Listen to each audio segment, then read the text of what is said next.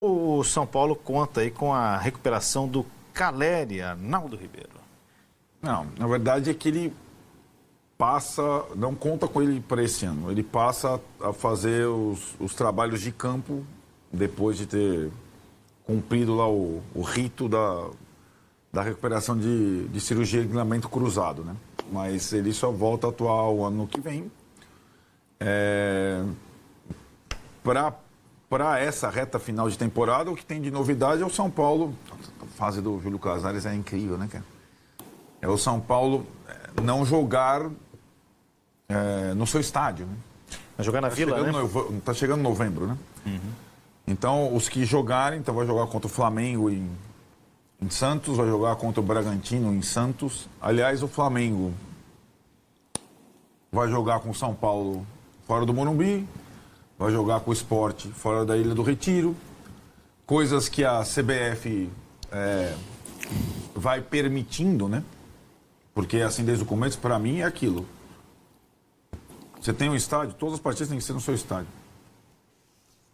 Deveria ser. No mundo ideal é esse. O mundo ideal ainda mas que aí, o Sport ainda está fazendo em Pernambuco, certo? O Sport está fazendo a região metropolitana. Isso, né? mas tá bom. Já mandou o jogo contra São Paulo, Corinthians então lá. Então São Paulo jogou. Mas estou dizendo que, de qualquer forma, para o Flamengo é vantajoso não jogar no Morumbi, não jogar na Ilha. Mas eu acho que o Sport não está cometendo, vou para Brasília. Não é ele isso. não vendeu o mando de campo. Isso. Mais ou menos. Para mim está tudo bem. Eu acho que o que o Sport anunciou leva o jogo para a Arena Pernambuco porque um empresário comprou. Vai bancar uma bilheteria de 2 milhões. 3 milhões. É a maior renda da história do futebol pernambucano, que até então era 1,8 bruto. E o Sport pegou 3 líquido para jogar na sua cidade ali, metropolitana, mas Vai jogar em Santo André. Isso. Só que tem um detalhe que o Sport disse ter assegurado. Maioria de torcida do Sport. Isso, só pegar o setor norte para torcida do Flamengo. Que é um estádio maior, né? O Sport e o São Paulo estão na dele. Eu estou dizendo que indiretamente o Flamengo vai ter mais facilidade do que teria na Ilha do que teria no Morumbi. Sim. Não estou nem entrando no mérito do Esporte do São Paulo. E o lance do São Paulo na Vila, o que mais me pega, obviamente, é o Flamengo. Porque o Red Bull, mas um tamanho desse de São Paulo e Flamengo...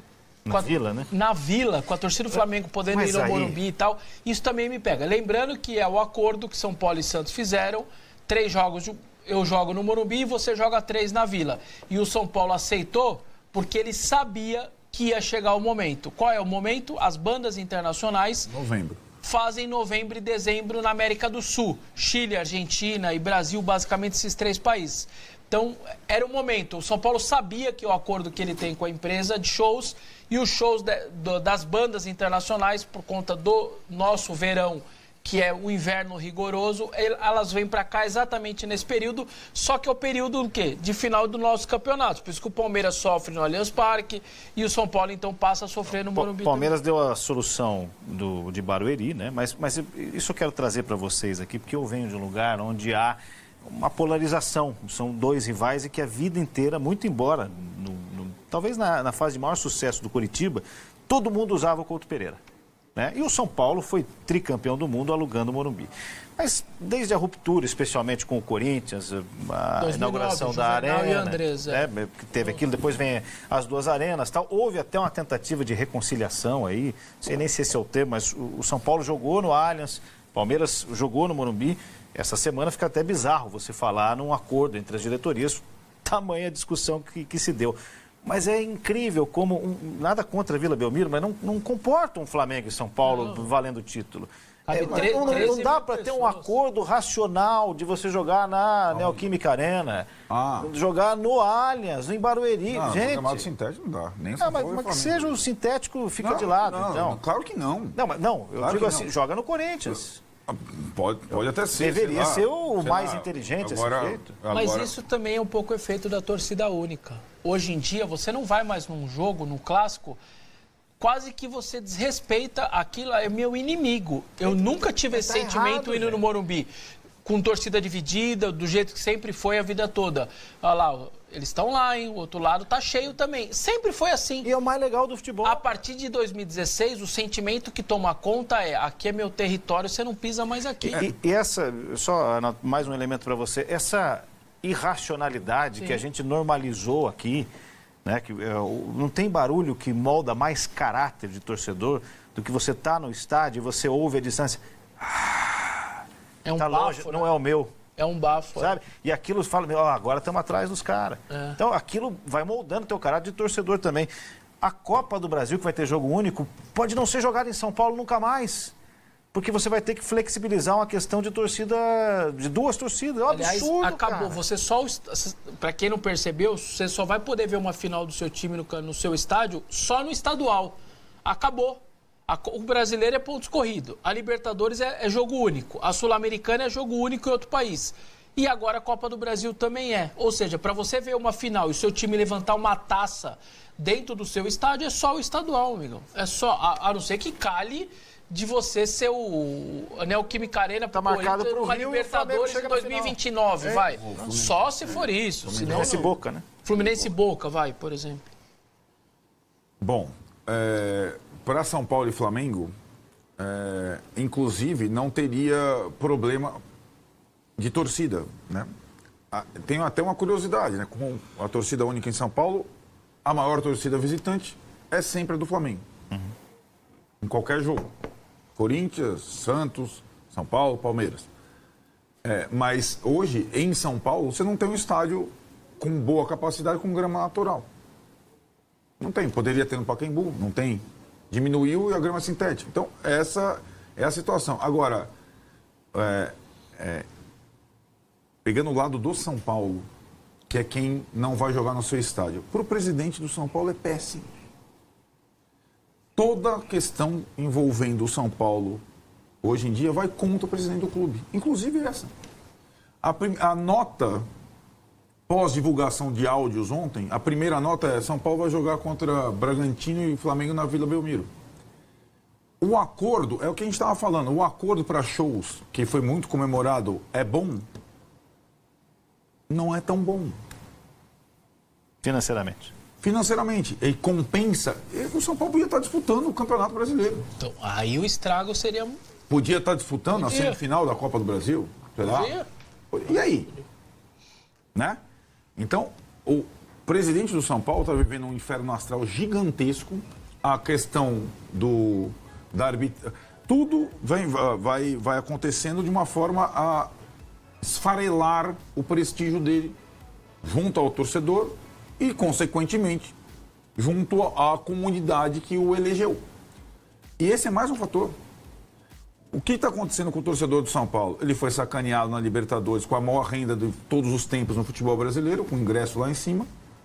O Casares, com medo de protestos da torcida, não abaixou o ingresso contra o Ceará e contra o Palmeiras. E agora o time não vai jogar nem em casa. Sabe o que o torcedor quer fazer com o Casares? Tirá-lo. Né?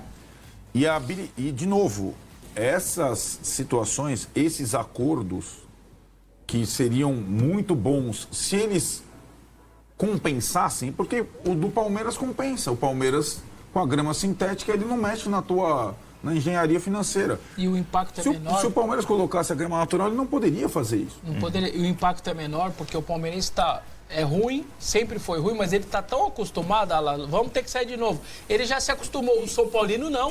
O impacto para o São Paulino é agora, é quase que uma novidade na cabeça.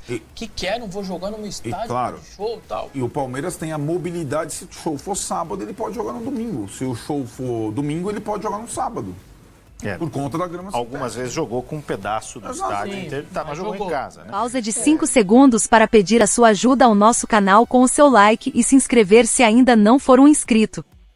São Paulo quitou parte da dívida que o clube tinha com o Grêmio referente ao Ferreirinha e está buscando meios e formas de conseguir fazer a quitação do restante do valor. O São Paulo ele contrata o Ferreirinha com o Grêmio. E aí o São Paulo paga algo em torno de 2,5 milhões de dólares pela parte do Grêmio. E aí o São Paulo tem as suas dificuldades para fazer essa quitação desse pagamento. Até quem é mais antigo aqui no canal vai lembrar que eu trouxe com exclusividade na temporada passada. Foi até antes de um jogo do São Paulo, que eu não vou me lembrar agora qual foi. Mas que eu tinha lançado essa informação aqui com exclusividade de que o São Paulo devia algumas pendências em relação ao Ferreirinha. Eu tinha conversado com algumas pessoas lá do Grêmio, a gente consegue um contato bem legal lá com os dirigentes do Grêmio, com o pessoal lá que cobre o Grêmio, então a gente trouxe essa informação com exclusividade. Aí depois de todo esse período, o que acontece?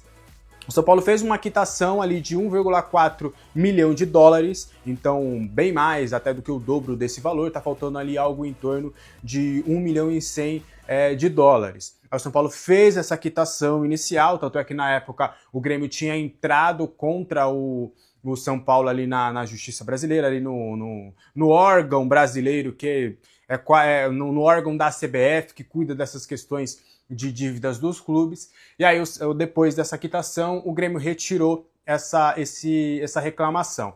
E aí o São Paulo está buscando formas, daí tem conversado com o Grêmio nesse quesito, para fazer essa quitação até dezembro deste ano. A expectativa é do São Paulo conseguir se adequar financeiramente para fazer essa quitação. E aí, inclusive, por mais que tenha essa dívida, o São Paulo e o Grêmio, eles têm uma conversa amistosa. Eles são equipes que, não diria irmãs, mas que eles têm um bom relacionamento. Tanto que o Alberto Guerra, que é o presidente gremista, junto com o presidente Júlio Casares, conversaram essa semana, né? Depois ali dos acontecimentos do Campeonato Brasileiro, foram as duas equipes mais prejudicadas pelo VAR no fim de semana. E aí os dois se conversaram, né? Que o próximo jogo, inclusive, é contra o Grêmio. Existe a expectativa também do presidente Júlio Casares estar nessa partida e poder também falar com o Alberto Guerra pessoalmente para tratar de alguns assuntos importantes, não só referente à Ferreirinha e ao Brasileirão, mas são outros negócios também. A gente está vendo aí os bastidores do futebol brasileiro, como é que estão neste momento. Então, a relação entre as partes é amistosa, mas o São Paulo realmente está buscando ali a viabilidade financeira para fazer essa quitação dos valores que estão em aberto com o Grêmio até o final desta temporada. O que você acha disso tudo?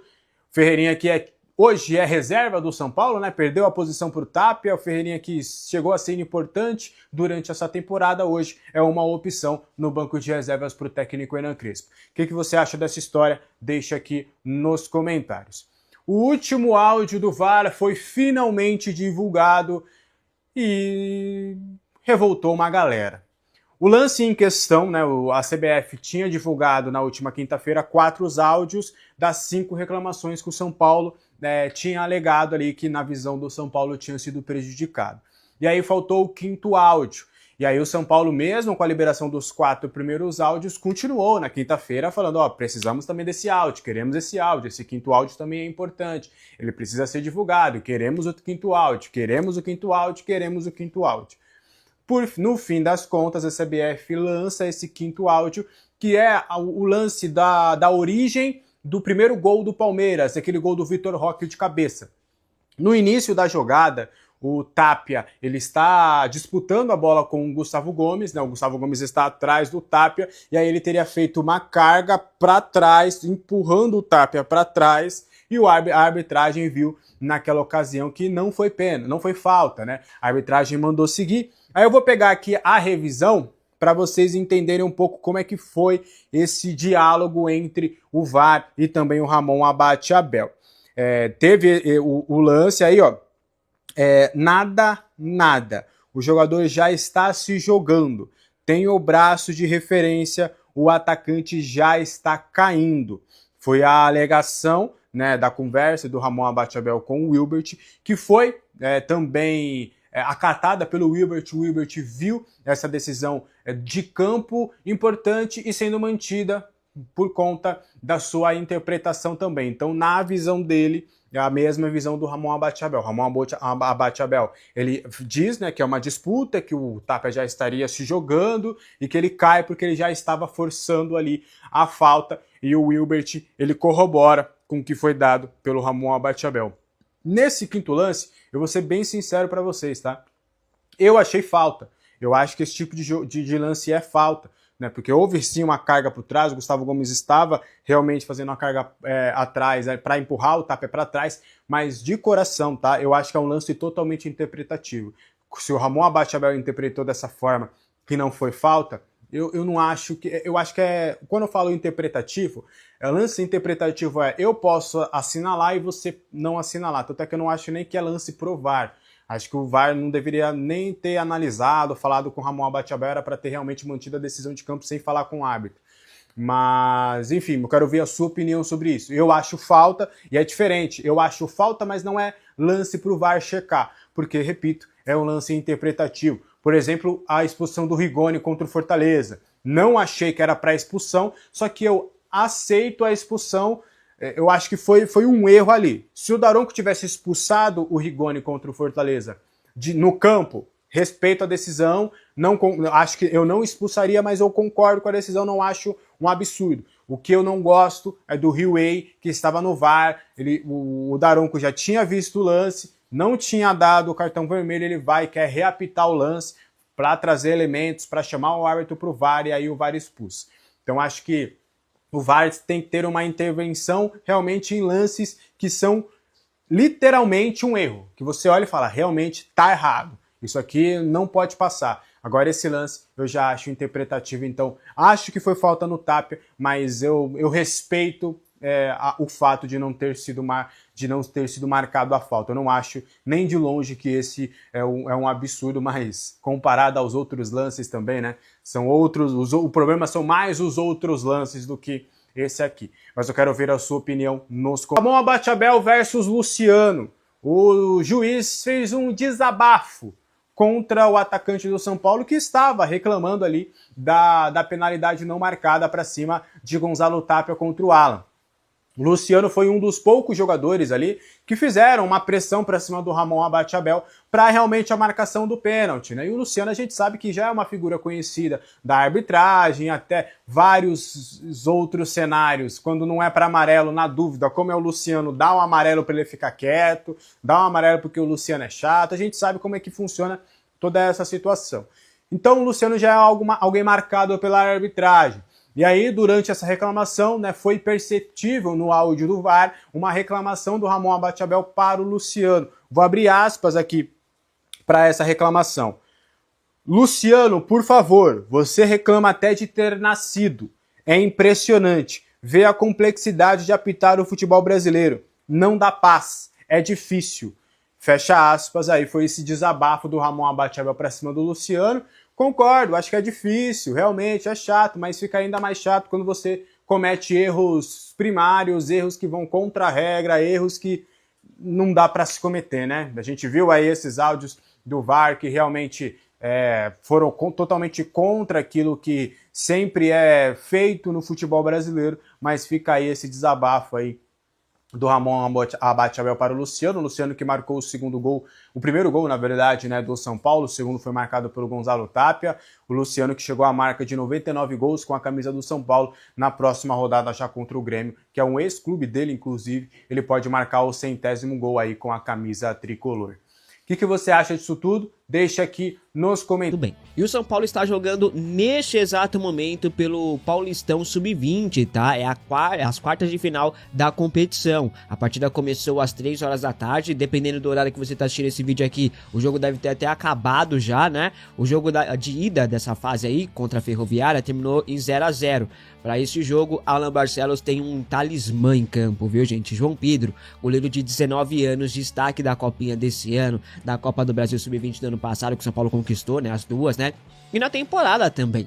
O João, ele não sabe o que é perder no Paulistão Sub-20 pelo São Paulo. Ele foi titular em 5 jogos, né? Que atuou ali. E com boas atuações, acumula 3 vitórias e 2 empates. A Copinha desse ano, o João Pedro foi campeão também, o São Paulo conquistou de maneira invicta, né? Com o João Pedro de titular, inclusive. Já no Brasileirão, da categoria, foram 9 jogos com o João Pedro sem derrota nos 15 que o São Paulo fez até aqui. Aliás, o João Pedro, gente, hoje é considerado o 4º goleiro do elenco principal do São Paulo, né? Do time de Hernan Crespo. A tendência é que em 2026 o João Pedro se torne o 3º goleiro do elenco. Isso porque o Leandro deve deixar o São Paulo, tem contrato até o final deste ano, mas não há negociação pela renovação de contrato dele, ele deve ir para Portugal, né?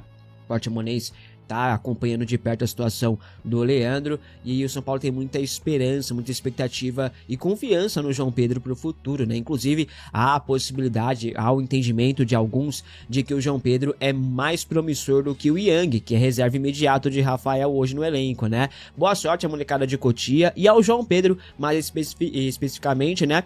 estão atuando hoje, mas o João Pedro é um cara que é um goleiro muito bom, muito bom mesmo, tem muito potencial. Esperamos vê-lo aí no time principal e olho nele porque deve pintar no time principal aí com jogos, principalmente no Campeonato Paulista do ano que vem. Não ele, né, mas o Yang primeiro, e ele também deve ganhar oportunidades. Os lances reclamados pelo São Paulo já tiveram os áudios disponibilizados pelo VAR, mas os lances do Palmeiras reclamados ali, que o Palmeiras reclama, ainda não foi divulgado. Eu não sei nem se será divulgado, tá, rapaziada? Segundo informações da ESPN, o Palmeiras discutirá os temas de arbitragem, abre aspas, dentro dos fóruns adequados, fecha aspas. Resumindo, o Palmeiras não irá pedir a divulgação dos áudios do VAR. A verdade é que eles estão caladinhos porque ganharam, né, rapaziada? Faz parte do futebol também, né? Sempre é assim. Quando eu ganho, eu não reclamo. E quando eu perco, eu faço um show, um estradalhaço, como o Abel Ferreira sabe muito bem como fazer, né? Enquanto não mudar esse tipo de postura em todas as torcidas, em todos os clubes, dirigentes, enquanto não mudar essa postura, a arbitragem continuará sendo ridícula. Enquanto não mudar essa postura, vai continuar a arbitragem horrorosa, tá? Enfim, do São Paulo. Todos já sabem da parceria que o São Paulo fez com o Stuttgart, né? Fechada aí, acho que foi no começo desse ano. E essa parceria segue a todo vapor e com novidades essa semana. 4 garotos do Sub-17 do São Paulo viajaram essa semana para a Alemanha. São eles o zagueiro Thiago, né? Os volantes Cauã, Edmar e Wellington, e também o atacante Gustavo Zabarelli. Os jovens farão ali um período de intercâmbio esportivo e cultural lá na Alemanha. Eles devem retornar para o Brasil só no mês que vem, no dia 10 de novembro. As Joias de Cotia, né, gente, ficarão hospedadas no hotel do Stuttgart, do clube alemão. E durante esse período eles participarão ali de treinos no clube, avaliações também físicas e até mesmo podem participar de amistosos pelo clube alemão. Olha só, a programação ainda conta com aulas de alemão e também passeios turísticos. A parceria também prevê que o Stuttgart envia jogadores de sua base, né, para um período também de intercâmbio em Cotia, de conhecimento cultural e tal, e por aí vai, tá, rapaziada? Tanto que o Stuttgart participou de um torneio, acho que foi torneio New Balance, e o São Paulo gostou aí do Hulk grego, né? Eu já falei aqui no canal, tem vídeo que você pode conferir depois, tá? O Casares é a pior coisa que já viu no São Paulo. Cara, a pior coisa que já aconteceu no São Paulo. Porque ele é um cara mascarado, burro, incompetente, um cara que vem de TV, que tentou ser, para quem não sabe, ele tentou ser comentarista, mas é burro, não consegue ser, não tem visão de jogo e tal, e ele gosta de ser do Bozo. Ele tinha que trabalhar no SBT de Bozo, de coisa. E colocar esse Bozo lá. E aí o que acontece? O cara começou a gastar e ninguém fala nada, porque vem de uma turma que vem fazendo já situação, e um vai encobrindo os erros do outro, o São Paulo vai endividando e o São Paulo vai se perdendo pelo caminho. Então, numa sequência de burrices, o São Paulo foi se perdendo, né? E aí você foi endividando e não vai ter um Paulo Nobre.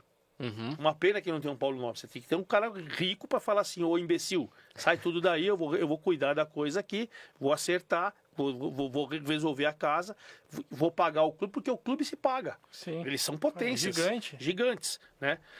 E aí o cara agora para sair e esconder, que tá tentando vender base, não sei o que e tal, acho que ele vai quebrar a cara nessa. O certo é que o São Paulo, como o Corinthians e o Santos, ficaram muito para trás do Palmeiras. Eu tive a oportunidade de ser setorista do Palmeiras lá na época da Parmalat, quando o Palmeiras não aproveitou absolutamente nada da Parmalat para poder ficar grande. Sim. Aí o Palmeiras estava voltando a ser uma portuguesa de novo, até que o Paulo Nobre tirou o Palmeiras do marasmo da portuguesa, e que eu estou dando um exemplo, não é ruim da portuguesa, porque a portuguesa se afundou, o Palmeiras estava virando uma portuguesa, e aí uma visão empresarial e tal, e o Palmeiras hoje virou potência. Sim. E os outros viraram uma portuguesa. São Paulo, Corinthians e Santos. Uhum. Todos conseguem se estruturar, mas precisam ser bem administrados. Quando o Nobre fala, qual que é a dívida do Palmeiras? Um exemplo, 500 milhões? Eu tenho meu cheque aqui, peraí, 500 milhões. Só que é o seguinte, a partir de agora, vender uma bala na lanchonete, 10% é meu que vocês vão me pagar. Vender um jogador, 10% é meu. Categoria de base, o que é isso? Tem cara da torcida uniformizada jogando, filho de não sei o que e tal. Vão tudo pro inferno, tá tudo demitido. Profissional aqui, estrutura, empresa, tal, pá. Pronto. O Flamengo fez uma opção diferente. Não tinha um cara que nem o Paulo Nobre para pagar, mas ficou lutando para não cair 4, 5 anos, pagando dívida, não sei o que e tal. Apertou, cada um fez as suas... E hoje os dois nadam de braçadas. Nadam de braçada. Como eu não acredito que São Paulo, Santos e Corinthians virarão um Cruzeiro, time de dono, eu não acredito nisso, o torcedor acho que rejeitaria, você vai ter que administrar bem. Porque vamos pegar um exemplo do Corinthians, vai vencer aí a Neoquímica Arena. Você pega uma empresa lá, Luiz Ademar, um cara milionário, Luiz Ademar, e vem cá, pega aqui a Arena do Corinthians, a Arena Luiz Ademar, me dá aí, durante 10 anos, seria um contrato de 1 bi, me pega 600 pau, me paga à vista, eu vou lá e pago a caixa, já amenizo. E aí com o dinheiro que eu vou arrecadando e tal, vou acertando, é fácil, cara. Mas você precisa cortar na carne, você tem que lutar às vezes para não cair, você tem que fazer que nem o Santos chegou a ter sorte, montar a base. Né? Eu vejo, por exemplo, o São Paulo, cara, o cara vai buscar o Tapia e o Dineno. Eu com 57 jogo mais que os dois. Eu com 57 coloca eu de graça. Eu vou lá e jogo de graça, cara. Sabe, eu tenho barriga e tal, mas vou jogar melhor que os dois. Então, já que você... Pra que vai trazer essas duas bestas do São Paulo? Pra quê? Você pega o Paulinho, já que machucou todos os atacantes que estavam lá, o Paulinho substituiu e fez 2 gols na final contra o Corinthians. Não deu, mas o Paulinho não deu certo. Como o Rodriguinho foi mal na Libertadores agora aí nesse jogo, tudo bem, cara. Faz parte do processo de aprendizado, mas eu economizei. Não enchi de imbecil lá ganhando dinheiro pra caramba. Não só isso. Pagando muito, pelo menos paga pouco, né? Não só isso, a longo prazo você pode até vender e ganhar dinheiro em cima disso. Então você tem que cortar na carne e ter coragem. Perfeito. Né? E isso me decepciona o meu amigo Muricy Ramalho. Porque ele tá dando um aval pra um monte de imbecil e passando por imbecil também. Pois é. Você sabe quantos pontos o Palmeiras ganhou nesse Brasileirão só com erros de arbitragem? E se não fossem esses erros, você sabe em qual posição eles estariam hoje? O primeiro erro já aconteceu na segunda rodada, onde o juizão achou um pênalti fantasma aos 45 minutos do segundo tempo. Com isso, Piquerez marcou de pênalti e o Palmeiras ganhou do Sport por 2-1. Com o empate, eles iam ganhar apenas um pontinho. Como teve esse erro, eles levaram 3. Ou seja, 2 pontos pra conta. Na quarta rodada, mais um erro grotesco. Richard Rios dá praticamente uma voadora no jogador do Internacional dentro da área. Muito parecido, inclusive, com o que o Danilo fez contra o Bahia e foi expulso. Mas diferente do que aconteceu com o Danilo, Richard Rios não teve punição nenhuma e o pênalti não foi marcado para o Inter. Como não teve empate, o Palmeiras levou mais 2 pontos. Agora nós avançamos para a 18ª rodada, onde o Vitória ganhava por 2-0. E acredite você, se quiser, teve mais um pênalti fantasma pro Palmeiras, que foi marcado por Piquerez. Depois disso, Vitória se desestabilizou na partida e o Palmeiras chegou ao gol de empate. Mais um ponto na conta. Um dos mais carados veio na 20ª rodada contra o Botafogo. E olha que eu sou Flamengo, hein? Giai, que por uma letra foi salvo do bullying, dá uma rasteira no jogador do Glorioso dentro da área. Mas um pênalti claro que o juiz não deu. E com isso, o Palmeiras ganhou aquela partida por 1-0. Ou seja, mais 2 pontos pro time da Leila. E dessa vez foi com o Vasco na 26ª rodada. Quando a partida ainda estava 0-0, Piquerez dá esse carrinho criminoso no jogador do Vasco. Pois é, e mais uma vez o pênalti não foi marcado. Pênalti esse que poderia mudar a história daquela partida. E com isso, mais 3 pontos pro Palmeiras, porque a partida ainda estava 0-0. Agora a gente chega na partida mais absurda de todas, na 27ª rodada contra o São Paulo. Teve pênalti claro não marcado, Gustavo Gomes fazendo o jogador do São Paulo de tapete e Andrés Pereira chegando com a trava da chuteira na canela do tricolor. Pois é, nenhum desses lances foi marcado e muito menos o cartão foi aplicado. E depois disso, o Palmeiras ainda virou a partida, ou seja, mais 3 pontos. E somando todos esses erros, dá um total de 13 pontos a favor do Palmeiras. E tirando esses 13 pontos, o Palmeiras sairia de líder do campeonato para apenas o 6º. E o mais impressionante que você assistiu até aqui e ainda não me